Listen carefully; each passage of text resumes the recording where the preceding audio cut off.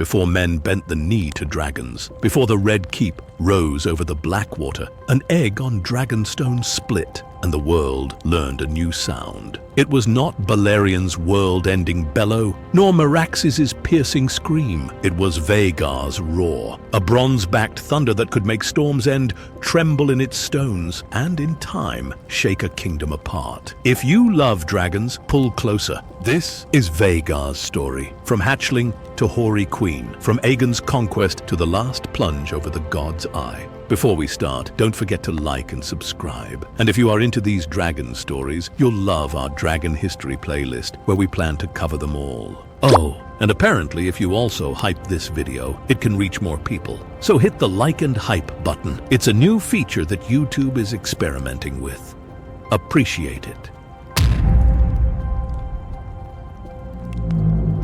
Vhagar, hatched on Dragonstone during the Century of Blood, the long, bloody interregnum after Valyria's doom. An egg woken in the shadow of the Dragonmont's fires. She was named for one of the gods of old Valyria, as were Velaryon and Meraxes, an old name borne by a dragon who would live to see 3 kings crowned and a realm shattered. Canon never lists her parents. We only know where she came from, Dragonstone. The Targaryens had fled Valyria with 5 living dragons. In Aegon's day, only Balerion remained, while Vhagar and Meraxes had hatched later on Dragonstone. So any bloodline beyond that is unrecorded. What did she look like? The books don't give colors, but when the 2021 A Song of Ice and Fire calendar artist asked Georgie and team, they clarified Vhagar as bronze with green-blue highlights and bright green eyes. Take that as near-canon guidance. How big? We never get feet in spans, but we do get 2 anchors. Tyrion Lannister says she was so vast, a man could ride a horse down her gullet. And by the dance, she'd grown almost as large as Balerion had been, the oldest and largest living dragon in Westeros. Her roar could shake Storm's End. Her fire was hot enough to melt a knight inside his armor. Put simply, in her final decades, nothing with wings matched her for size or savagery.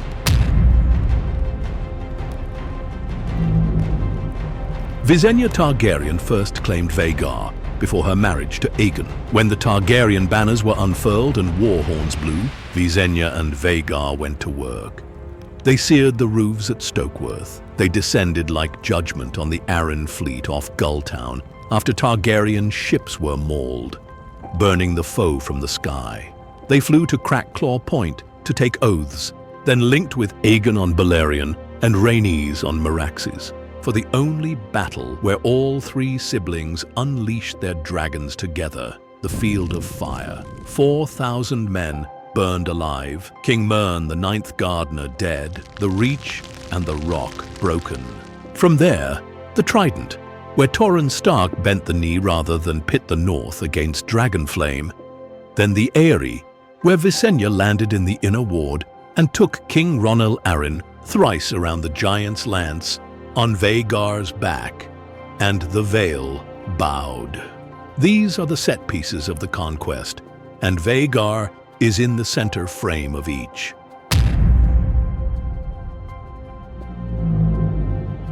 When Rhaenys and Meraxes died to a scorpion bolt at Hellholt in 10 AC, Aegon and Visenya answered with 2 years of vengeance men still whisper about the dragon's wrath, burning every Dornish stronghold at least once, not Sun's Spear or the Shadow City, until at last the flames guttered and the war turned to stalemate. Even here, maesters argue, some Dornish tales claim the Targaryens feared a Lyseni dragon-slaying device hidden at Sunspear. Archmaester Timothy coolly suggests political arithmetic instead. Either way, Vhagar carried wrath over Dorne.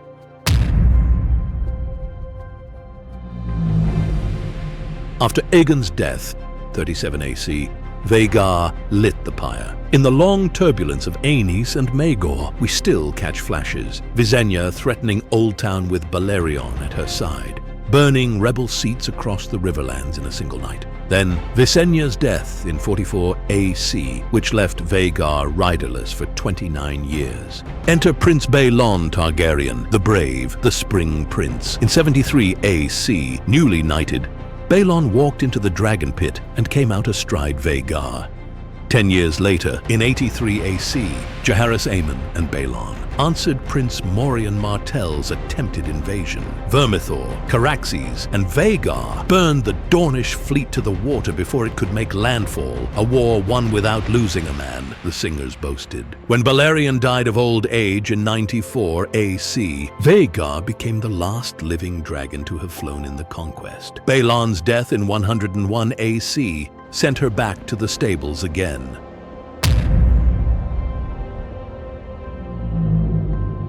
Laena Velaryon, Corlys and Rhaenys' daughter, claimed the largest living Targaryen dragon before her 12th year. Laena loved the sky for the sky's sake. She and Vhagar flew wide.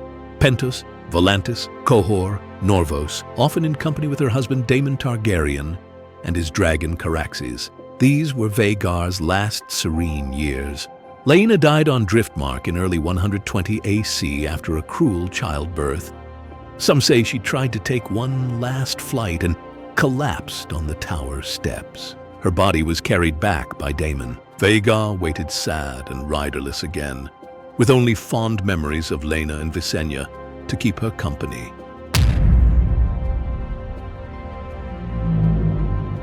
At Laena's funeral on Driftmark, a 10-year-old Aemond Targaryen slipped away in the dark and claimed Vhagar. A theft in the eyes of Laena's daughters and Rhaenyra's boys, a triumph in his own, and paid for it with an eye in the brawl that followed. The dragon now had a hard master, and now the boy had a monstrous mount, a deadly combination that foreshadowed the blood to follow.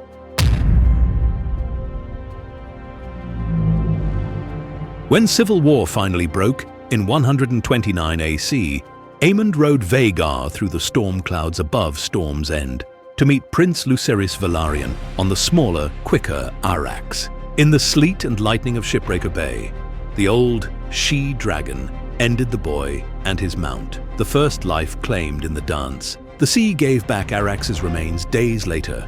Lucerys was never found. It changed the war and branded Aemond forever.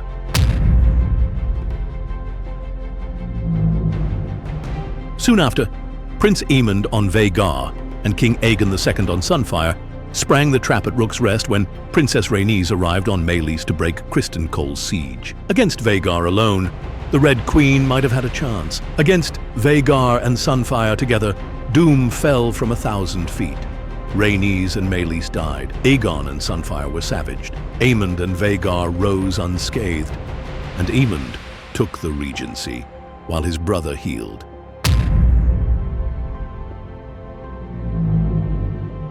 From there, Aemond made Harrenhal his seat, dragging the Riverlands through fire and fear while the Blacks gathered strength. Harrenhal's black stones had seen dragons before, but never one this old and angry. And Aemond's coming could be heard in his mount's roar across Doran's defiance. Archmaester Gildane records the guards clutching spears in terror when Vhagar awoke. You can hear the distance in it, the way tales remember sound.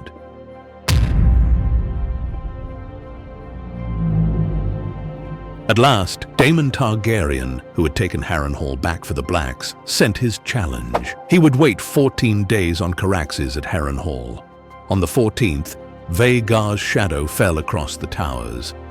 Alice Rivers came as Aemond's passenger. The dragons rose, over the God's Eye, locked neck to neck like warring mountains. Caraxes' jaws found Vhagar's throat. Daemon leapt from Caraxes to Vhagar and drove Dark Sister through Aemond's blind eye. They fell together, Vhagar and Aemond to the lake's boiling waters. Caraxes tore free, crawled to the banks, and died.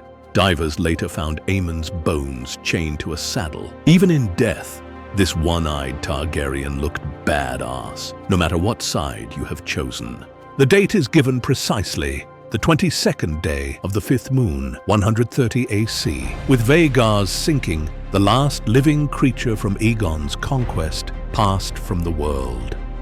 The wars she fought in order. Aegon's conquest, Stokeworth. Gulltown, burning the Arryn fleet. Field of Fire, submission of the North at the Trident.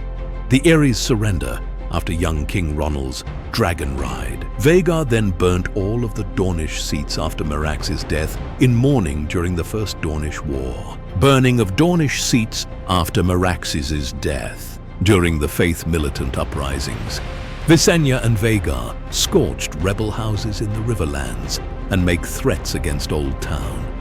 Next, during Jaehaerys's reign, she destroyed the Dornish fleet with Vermithor and Caraxes. Finally, her final battles were during the War of Succession, or Dance of the Dragons.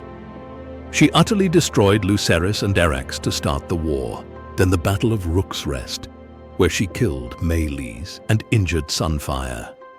She then supported Aemond's Riverland campaign and died in the Battle of the God's Eye. Vhagar had many riders, starting with Visenya between the conquest to 44 years after conquest. Then Prince Baelon Targaryen, until he died in 101 years after conquest. Shortly after, Lady Laena Velaryon claimed her, but then died an early death in 120 years after conquest. Prince Aemond came out of nowhere and claimed her during Laena's funeral and rode her to her death 10 years later during the Dance of the Dragons. Her unbonded riders or passengers included King Ronald Arryn and Alice Rivers.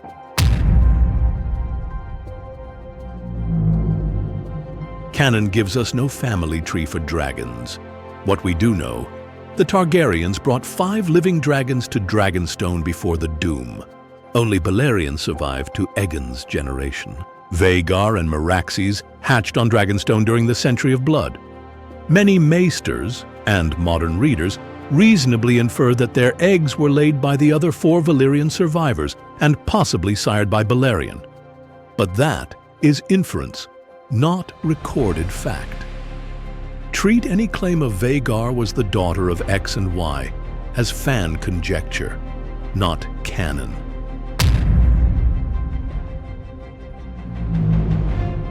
If Velaryon was a moving mountain, Vhagar was a fortress given wings.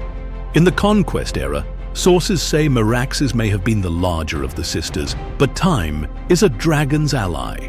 By 129 AC, Vhagar had grown nigh to Balearion's old measure. She favored brutal dives and close-in crushes, the kind of grappling that ripped Meleys from the sky at Rook's Rest, and the same killing clutch Caraxes answered over the God's Eye. Her age made her cunning.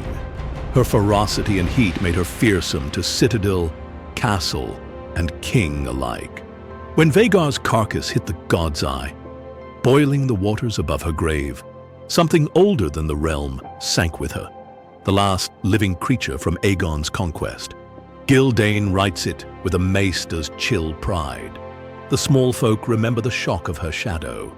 In 2 centuries, she had lit a conqueror's pyre, burned Dornish keeps to chalk and glass, won a war without landing troops, slain a princess and a prince, and died in a duel so stark, the songs scarcely need embroidery.